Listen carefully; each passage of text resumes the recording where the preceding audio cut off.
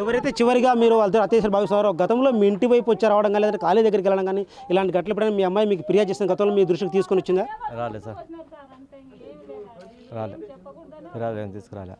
వీడు వెంకటేశ్వర అన్న అయిపోయి మీ ఎరవాళ్ళతో మాట్లాడుతుంది అది తెస్తుంది అని మాకే వచ్చి చెప్పి వస్తాడు.